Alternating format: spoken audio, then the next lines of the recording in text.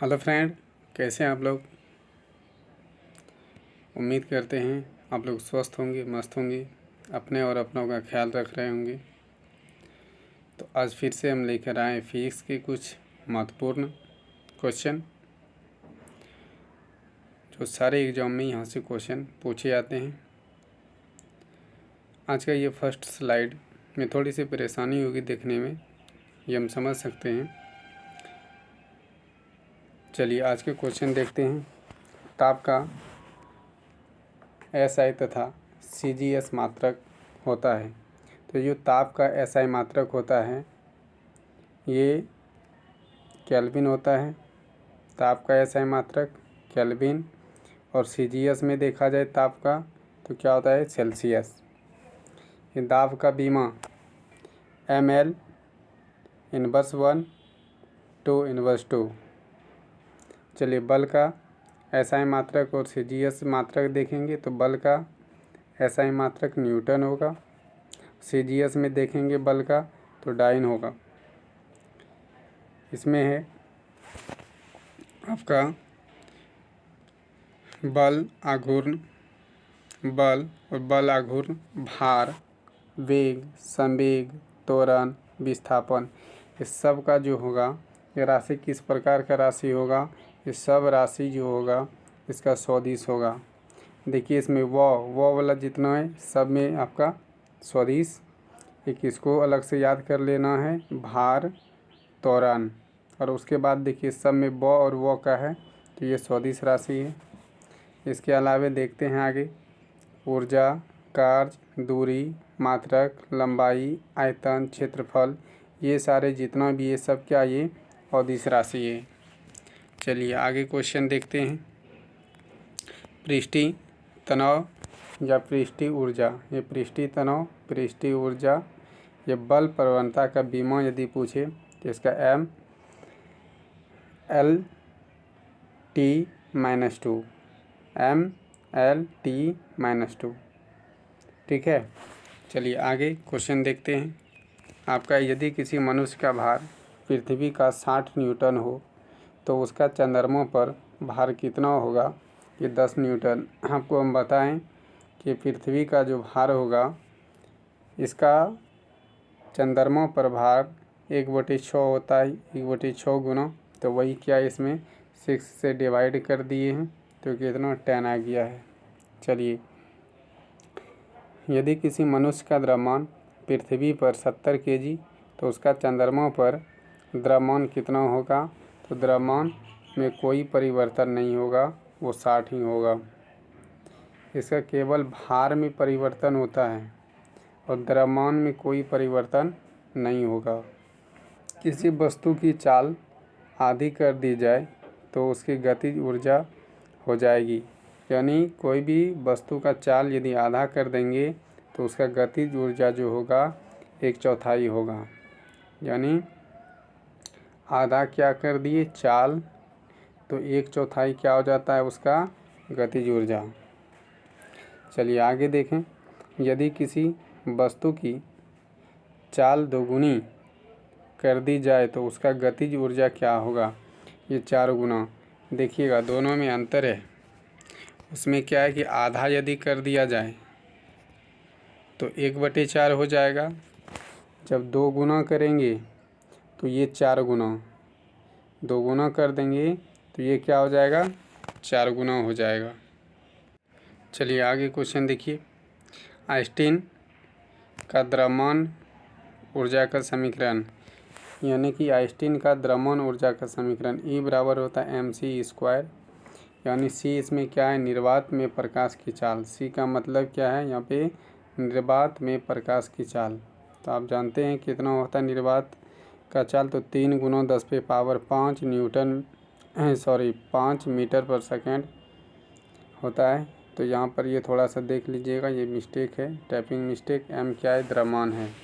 चलिए आइंस्टीन के द्रव्यमान ऊर्जा समीकरण को जिस सिद्धांत के नाम से जानते हैं उसको क्या कहते हैं, सापेक्षता का सिद्धांत। आइंस्टीन का जो ऊर्जा समीकरण है उसको किस सिद्धांत के नाम से जानते हैं, तो सापेक्षता सिद्धांत। चलिए प्लाज्मा द्रव की वह अवस्था होती है जिसमें पदार्थ के परमाणु होते हैं, क्या होते हैं, उच्च, यानी उच्च ताप होता है। प्लाज्मा में क्या होगा, उच्च ताप। और ये जो होता है प्लाज्मा आपका केमा अवस्था है, तो ये चौथा अवस्था है। पदार्थ का उसमें आता है कि पदार्थ की अवस्थाएं तो 5 प्रकार, यानी अवस्था 5 हैं। जैसे आप बोलते हैं 3 तो मुख्य रूप से ठोस, द्रव, गैस, एक होता है प्लाज्मा, और ये 5वां होता है आपका बोस-आइंस्टीन कंडेंसेट।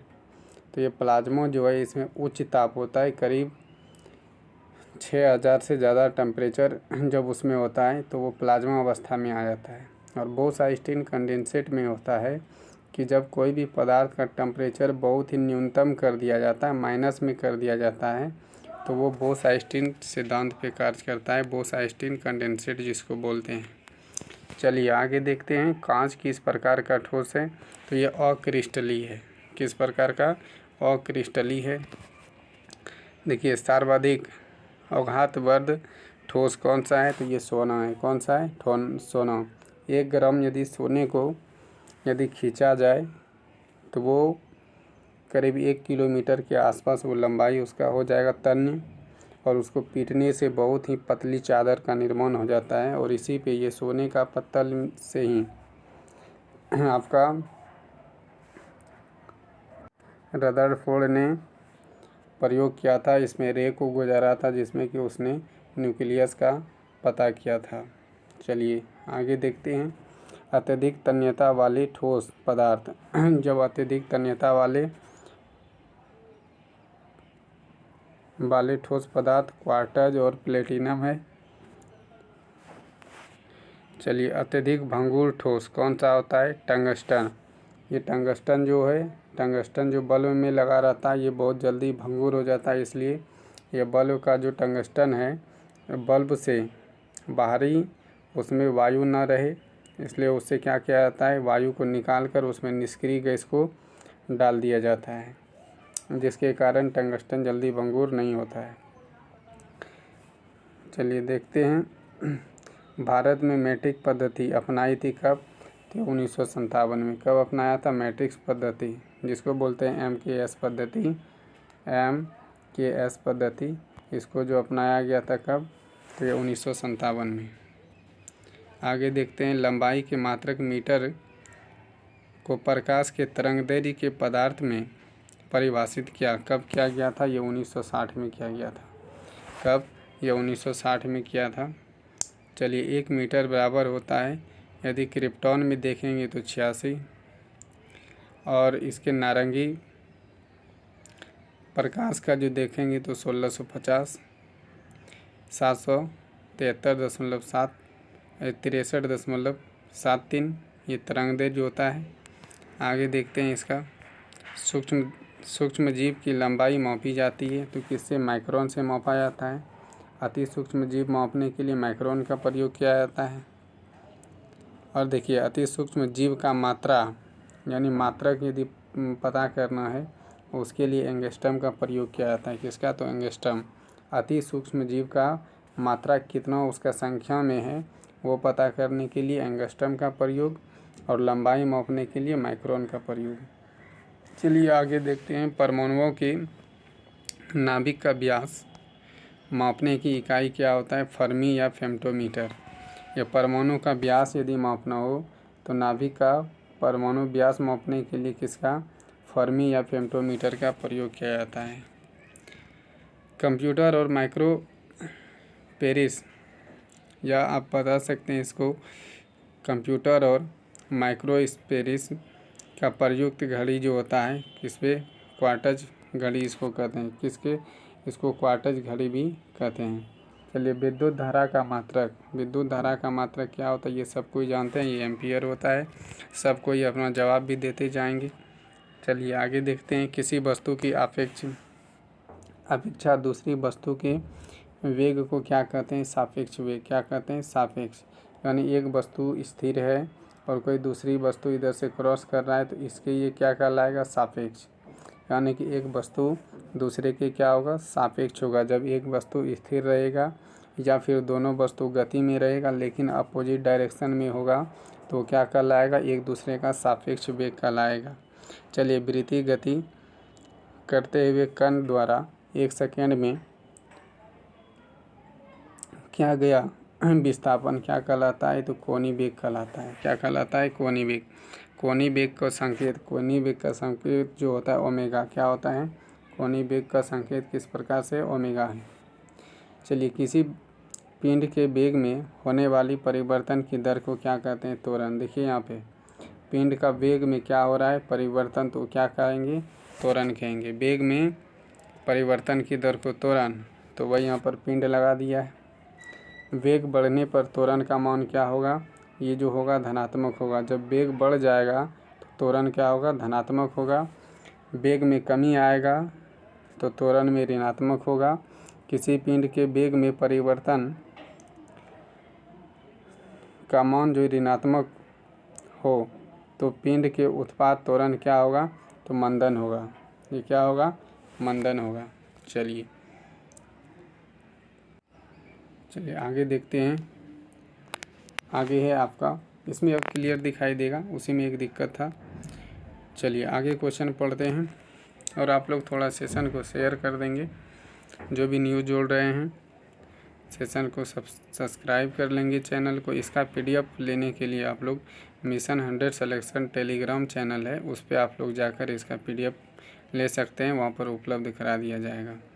चलिए आगे आपका है, स्टेशन के समीप आती हुई गाड़ी की त्वरण उत्पन्न होता है या मंदन, ये क्वेश्चन मार्क की तरह था, तो ये आपका मंदन में होगा, यानी ये ऑप्शनल है।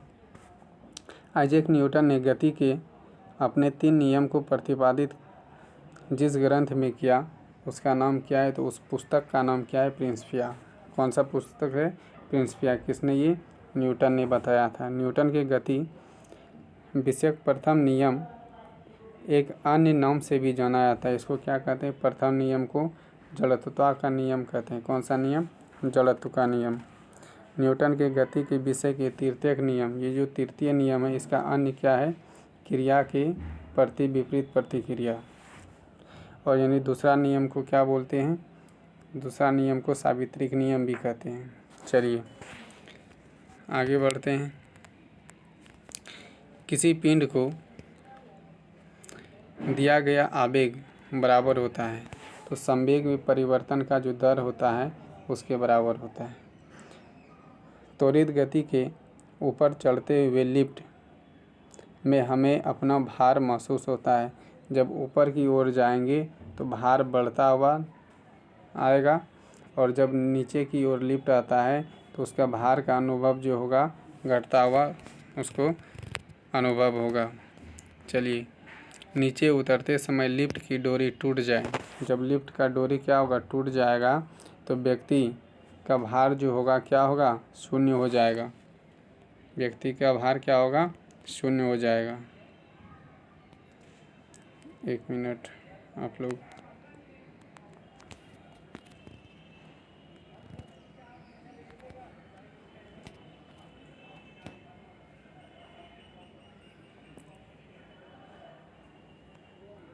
चलिए ठीक है, अब सब कुछ क्लियर होगा, दिखता होगा।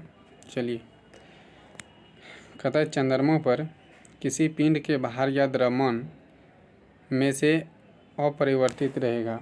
चंद्रमा पर भार की यदि बात करें या द्रव्यमान की बात करें तो उसका दोनों में से क्या पर अपरिवर्तित, यानी कुछ उसमें बदलाव नहीं होगा। ये क्वेश्चन आगे भी हो चुका है कि द्रव्यमान में कोई परिवर्तन नहीं होगा लेकिन भार में परिवर्तन होगा। क्या होगा, तो भार में कमी आ जाएगा। चलिए, रॉकेट के ऊपर जाने पर ये किस सिद्धांत पे कार्य करता है, तो ये संवेग संरक्षण सिद्धांत पे आधारित है ये रॉकेट। ये भी आपका रिपीटेड क्वेश्चन है, ये भी हम पहले बता चुके हैं अगले वीडियो में। चलिए आगे देखते हैं। पृथ्वी की ओर किसी वस्तु के गिरने से संवेग क्या होता है, बढ़ जाता है। क्या हो जाता है, ये पृथ्वी की ओर जब वस्तु को गिराया जाएगा तो उसका संवेग क्या होगा, बढ़ जाएगा। जब ऊपर फेंकेंगे कोई वस्तु को तो उसका पूछेगा वेग में, तो उसके बाद कमी, और फिर वो जब नीचे की ओर आएगा तो उसका संवेग में वृद्धि हो जाएगा। चलिए, अभी केंद्रीय बल किसके बराबर होता है? चलिए इसका यहाँ पे दिया हुआ है फार्मूला, F यानी फोर्स mv²/r, mv²/r। चलिए बल आघूर्ण का मात्रक क्या? Newton metre. केवल यदि बल रहेगा तो न्यूटन, आघूर्ण लगा है तो न्यूटन मीटर हो जाएगा। कोणीय वेग और उसकी त्रिज्या के गुणनफल को क्या कहते हैं? तो रेखीय वेग। क्या कहेंगे? रेखीय वेग कहेंगे।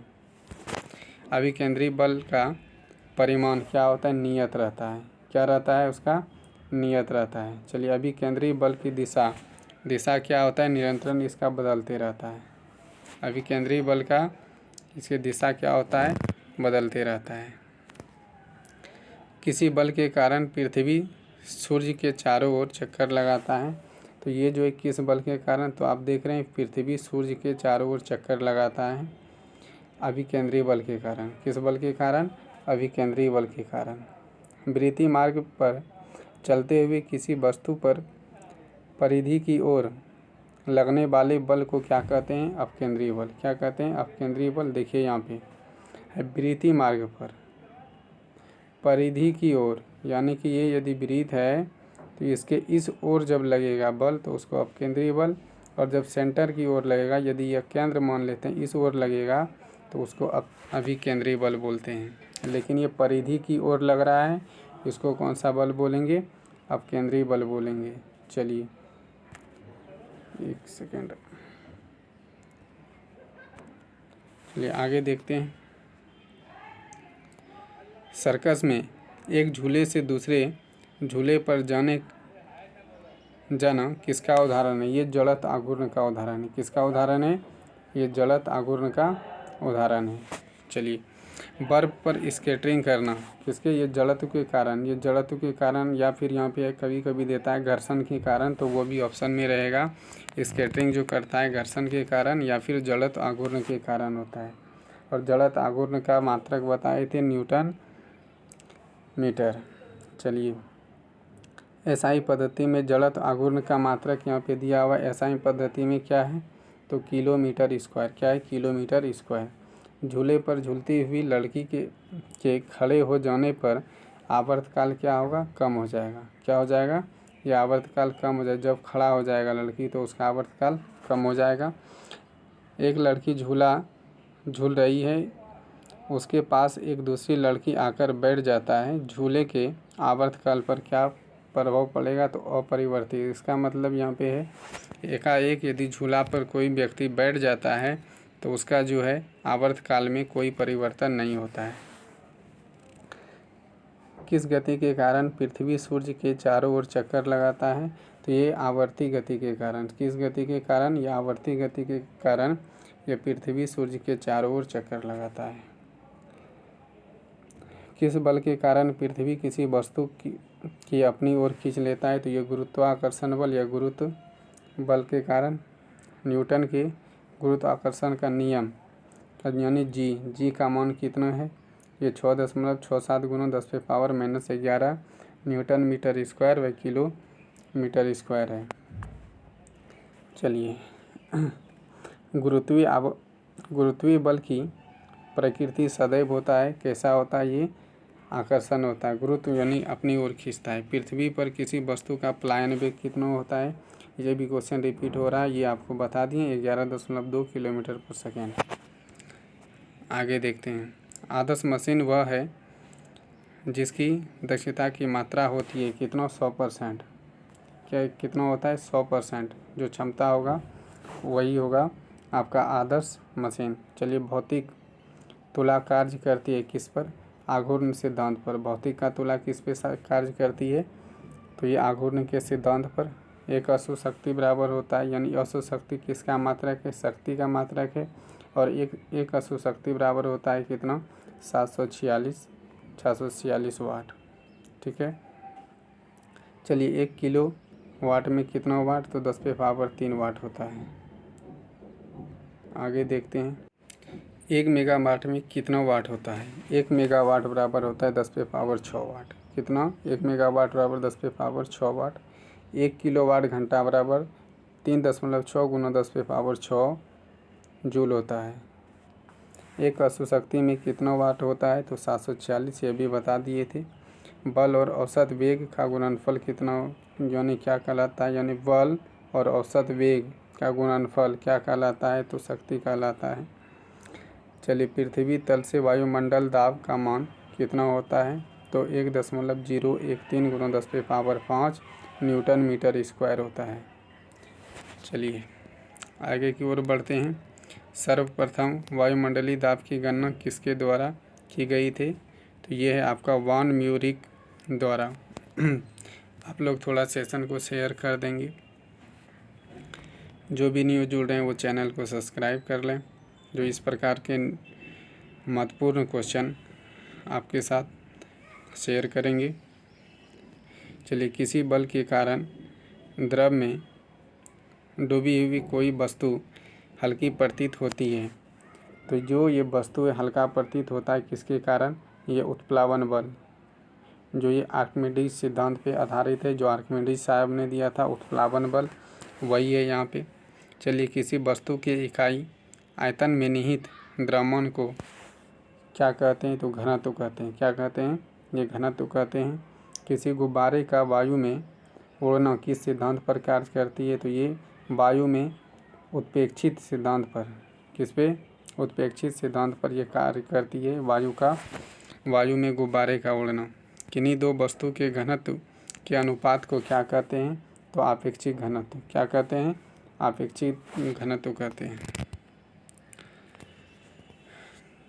साधारण जल में तैरने वाले बर्फ के टुकड़े का कितना भाग जल में डूबा रहता है, तो चलिए ये जो है थोड़ा सा मिस्टेक है यहाँ पे, ये हो जाएगा 1/10। कितना होगा, 1/10 हो जाएगा।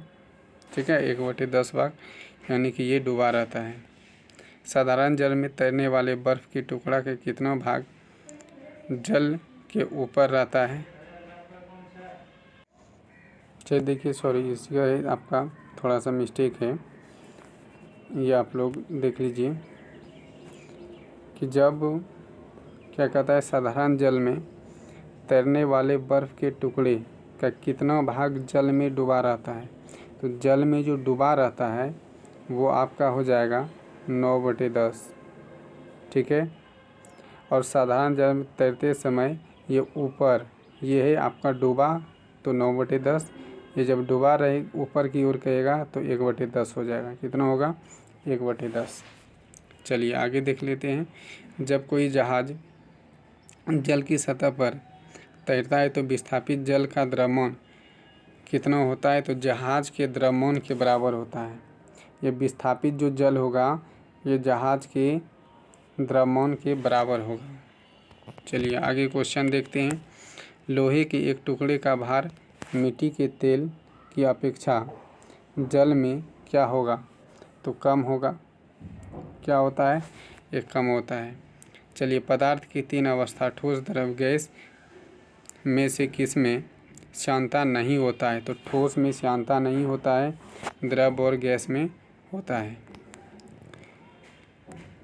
द्रव की श्यानता पर ताप वृद्धि का क्या प्रभाव पड़ेगा, जब ताप में वृद्धि कर देंगे तो श्यानता घट जाएगा, यानी पतला हो जाएगा।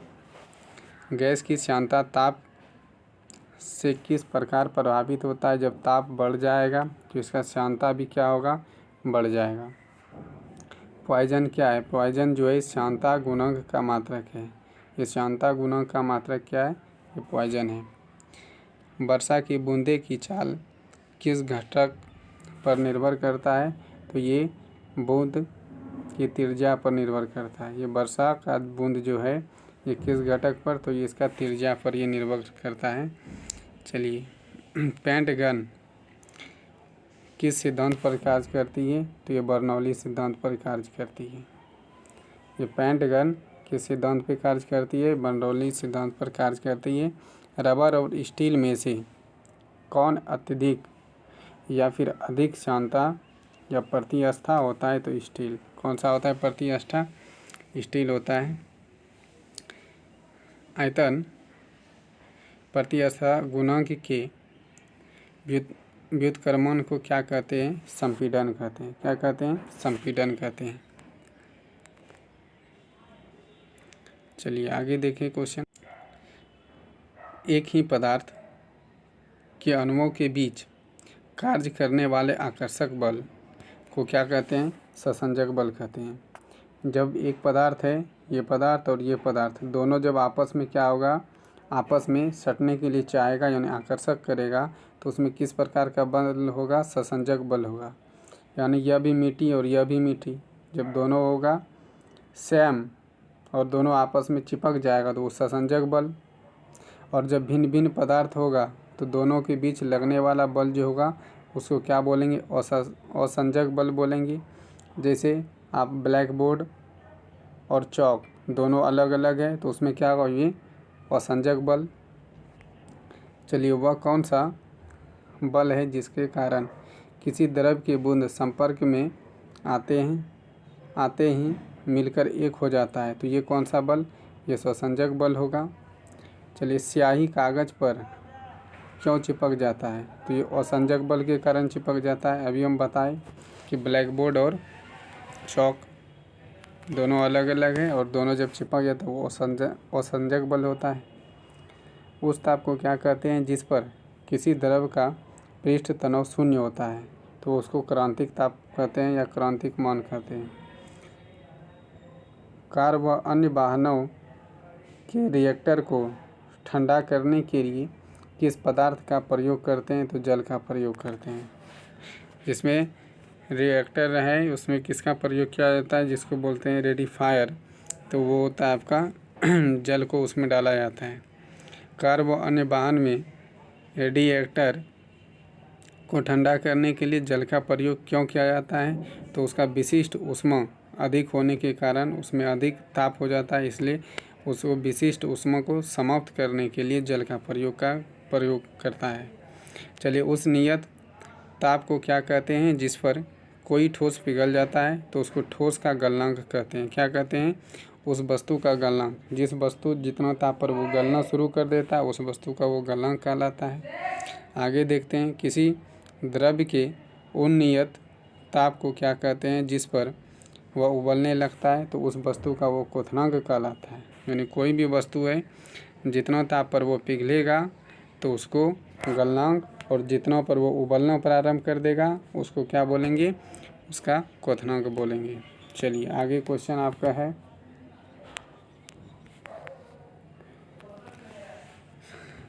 लोहे की सुई पानी की सतह पर तैरती रहती है, परिघटनाएं क्या कहलाती है? इस प्रकार का घटना जो होता है वो पृष्ठीय तनाव के कारण वो क्या होता है कि पानी पर लोहे की पतली सी सुई या फिर सिक्के को रख देंगी तो वो क्या होगा? तैरने लगेगा। वो कारण क्या है? पृष्ठीय तनाव के कारण। ऊष्मा के संरचन की कितना विधि होती है? तो देखिए, इसका 3 विधि है आपका ऊष्मा का संचरण के लिए। एक है चालन, दूसरा है संवहन, तीसरा है विकिरण। ये 3 विधि है। तो आगे देखते हैं, इसी के बारे में कुछ दिया हुआ है पॉइंट। ऊष्मा संचरण की वह प्रक्रिया जिसमें पदार्थ के कण स्वयं स्थानांतरित होता है क्या कहलाता है? संवहन। जैसे कहें बात कि हवा जो क्या होता है? गर्म होता है, तो किस कारण से? ये संवहन। पानी का गर्म होना कारण क्या है? संवहन, क्योंकि उसके जो पानी का है वो एक स्थान से दूसरे स्थान पे चला जाता है। हवा क्या होता है? एक स्थान से दूसरे स्थान पे चला जाता है, इसलिए वो घूम घूम कर क्या करता है? पूरे वातावरण को गर्म कर देता है, पानी को गर्म कर देता है। तो इसको क्या बोलते हैं? संवहन। चलिए, अच्छा उत्सर्जन अच्छे अवशोषक होते हैं, यह वक्तव्य किसका नियम कहलाता है? ये किरचॉफ नियम कहलाता है। ये किरचॉफ का नियम है, किरचॉफ इसको बोलते हैं। थर्मस फ्लास्क का आविष्कार किसने किया था? तो डेवर ने। किसने किया है? डेवर ने। डेवर फ्लक्स क्या है? थर्मल फ्लक्स का ही दूसरा नाम है। ये थर्मल फ्लक्स का ही दूसरा नाम क्या है? ये डेवर फ्लक्स। चलिए, आगे देखते हैं क्वेश्चन। सेल्सियस पैमाने का आविष्कार किसने किया था? तो सेल्सियस ने ही किया है। सेल्सियस पैमाने पर हिमांक कितना होता है? ये 0 डिग्री होता है। इसका यदि बात करें हिमांक तो 0 डिग्री, और भाप बिंदु कितना होता है सेल्सियस पर? तो 100 डिग्री। और इसका हिमांक बिंदु, अब फ़ारेनहाइट की बात करते हैं, तो फ़ारेनहाइट में हिमांक बिंदु कितना होता है? ये 32। और भाप बिंदु कितना होता है तो 212 फ़ारेनहाइट। अब रोमियोर में बात करते हैं, हिमांक बिंदु कितना है 0 रोमर है, और आपका ये भाप बिंदु कितना है तो 80 रोमर है। और केल्विन की यदि बात करें, केल्विन में हिमांक जो होगा, हिमांक बिंदु कितना 237 केल्विन होगा, और ये भाप बिंदु यदि देखेंगे तो ये 373 केल्विन होगा। केल्विन पैमाने पर 0, ये जो 0 केल्विन होगा ये परम शून्य होगा। ये 0 केल्विन क्या होगा, ये परम शून्य होगा। ऐसे तापी जो बहुत उच्च ताप का मान मापन करने में उपयोग में लाया जाता है, क्या कहलाता है, उतापी मापी। क्या, उताप मापी कहलाता है। क्या कहलाता है, उताप मापी। चलिए आगे, प्रकाश कणों के रूप में एक सीधी रेखा में गमन करती है, यह सिद्धांत किस नाम से जाना जाता है, न्यूटन का कनिका सिद्धांत नियम। किस सिद्धांत से जाना जाता है, न्यूटन का कनिका सिद्धांत के नाम से जानते हैं। किसी वैज्ञानिक ने यह प्रतिपादित किया कि प्रकाश तरंग के रूप में चलता है, तो ये किसने बताया, तो ये हाइगेंस ने बताया था। यह हाइगेंस सिद्धांत पर भी हम लोग कहते हैं कार्य करता है। उस वैज्ञानिक का नाम क्या है जिसने यह प्रतिपादित किया कि प्रकाश विद्युत चुंबकीय तरंग है, तो ये मैक्सवेल ने। किसने किया, तो ये मैक्सवेल ने किया। वह कौन सा वैज्ञानिक था जिसने प्रतिपादित किया कि प्रकाश छोटे छोटे बंडलों के रूप में गमन करता है, या फोटोन कहते हैं, या आइंस्टीन ने। किसने किया था, या आइंस्टीन ने किया। आगे देखिए, प्रकाश तरंग कौन सा गुण प्रदर्शित करती है, तो ये ध्रुवन। जब चंद्रमा सूर्य तथा पृथ्वी के बीच आ जाता है तो कौन सा ग्रह होता है, तो सूर्य ग्रह।